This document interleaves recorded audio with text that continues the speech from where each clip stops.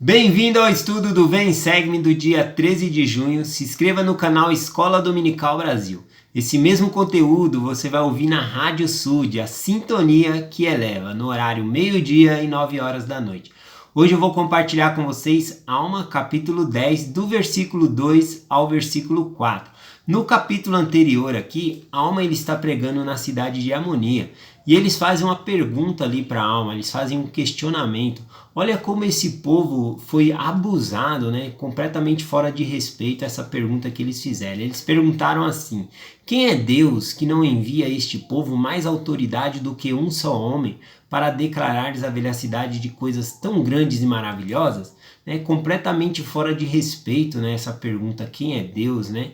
Nossa, então o que acontece no capítulo 10 aqui, Alma ele termina de pregar as suas palavras, né? Eles achavam que tinha só ele ali de testemunha, mas não, a moleque ele se adianta ali e presta também o seu testemunho. Eles ficam admirados que tem mais de uma testemunha testificando da palavra de Deus ali. As primeiras palavras de Amoleque ao povo foi o seguinte: eu sou Amoleque, sou filho de Gidona, que era filho de Ismael, que era descendente de Aminade.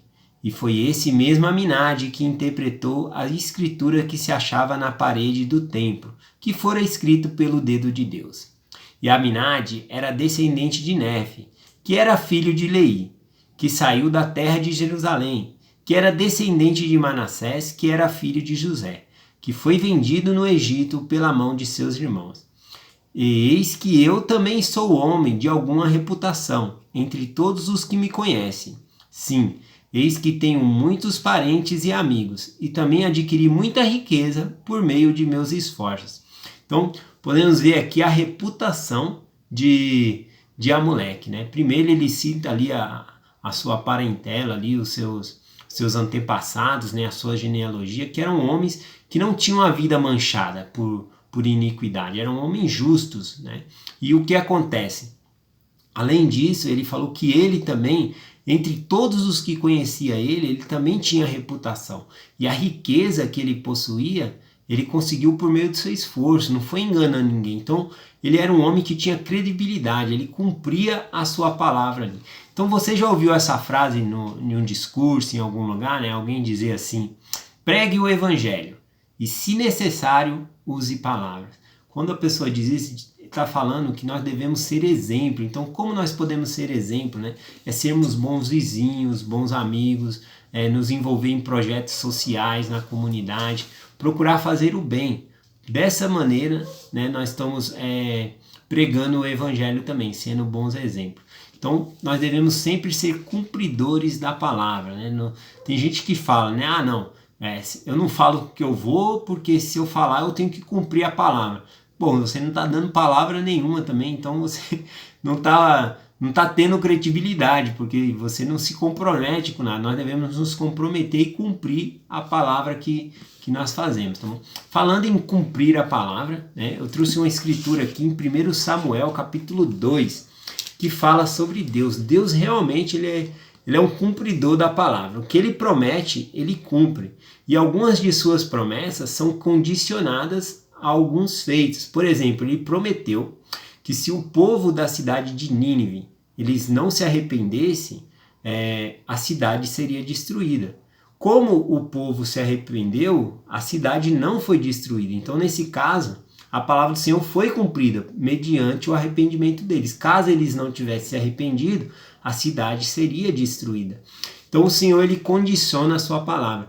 E eu gostei muito em falar dessa palavra aqui em 1 Samuel capítulo 2, tá bom? O que está acontecendo aqui é que Eli, né, aqui no Velho Testamento, ele foi chamado como sumo sacerdote. E o Senhor, ele honrou Eli e toda a sua casa, né, toda a sua parentela, dizendo: eu andarei diante de ti perpetuamente, né, andar em retidão, todas essas coisas, que o Senhor estaria com ele, com a família dele para sempre.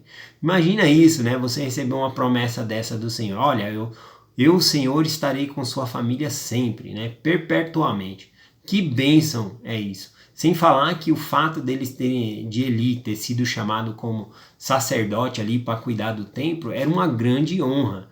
Bom, era um cargo assim que chamado por Deus que era muito estimado. É uma pessoa que tem que ter muita dignidade, né? Então é uma pessoa realmente escolhida por Deus. Então Eli, ele não foi um profeta, tá bom? Ele foi um sacerdote que foi chamado por Deus para cuidar do templo ali. Só que o que aconteceu? Né? Ele tinha 2 filhos que estavam quebrando os mandamentos. Inclusive esses filhos, eles pegavam as moças, né, desviando ali na porta do templo, iam lá e quebravam a castidade com essas moças. E o Senhor estava vendo essas coisas. E Eli, ele também via, né, mas fazia vista grossa, como se não tivesse visto. Não corrigia os seus filhos da maneira que deveria. E então vem um profeta ali para falar com Eli. Olha só as suas palavras. 1 Samuel capítulo 2, versículo 30. Diz assim: Portanto, diz o Senhor Deus de Israel, na verdade tinha falado eu, que a tua casa e a casa de teu pai andariam diante de mim perpetuamente. Então o Senhor fala, olha, eu tinha falado que andaria com tua casa e a casa do teu pai perpetuamente. Porém agora diz o Senhor, longe de mim tal coisa, porque aos que me honram, honrarei, porém aos que me desprezam serão desprezados. Veja só, né? O Senhor falou e não que o Senhor voltou atrás na sua palavra, mas ele falou, os que me honram vai ser honrado, mas os que me desprezam vai ser desprezado. Com essa escritura, né, eu aprendo o seguinte, se você tem compromisso com Deus, Deus ele tem compromisso com você. Então, se você não firma compromisso com Deus, honrando os convênios que você faz, Deus também ele não pode cumprir os compromissos que ele fez com você, de te salvar, de sua vida ser abençoada, porque você não está cumprindo a sua palavra. Né? Como diz lá em Doutrina e Convênio, eu, Senhor Deus, estou obrigado quando fazeis o que eu digo, mas quando não o fazeis, não tendes promessa alguma. Bom, então eu encerro essa mensagem em nome de Jesus Cristo. Amém. Até amanhã.